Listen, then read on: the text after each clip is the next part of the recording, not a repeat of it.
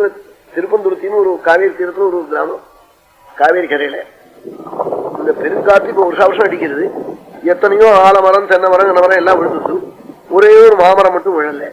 அது ஏன் விழலன்னா, இந்த நாராயண தீர்த்தாவுடைய சமாதி இருக்கு, இந்த தரங்கம் பாடியிருக்காளே அவளுடைய சமாதி, அவ ஜபம் பண்ணின மரம் அது. அவ அந்த மரத்துக்கு தென்னண்ட புறத்துல அரை வரலான்னு சொன்னா அவளுடைய சமாதி. அவ சொல்லிவிட்டா, என் சமாதியில உப்பு போடப்படாது, மண்ணை போட்டு மூடப்படாது, சரீரத்தை தூக்கி வச்சுவிட்டு அது அப்படியே திறந்தே இருக்கணும். இன்னைக்கும் திறந்துதான் இருக்கு.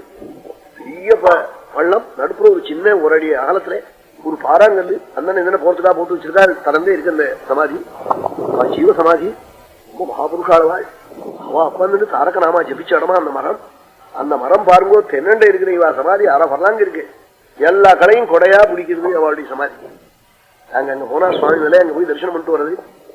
ஒரு கடையாவது வடவண்ட போகல, இவா சமாதிக்கு கொடை பிடிச்சிட்டு இருக்கு அந்த மரம்.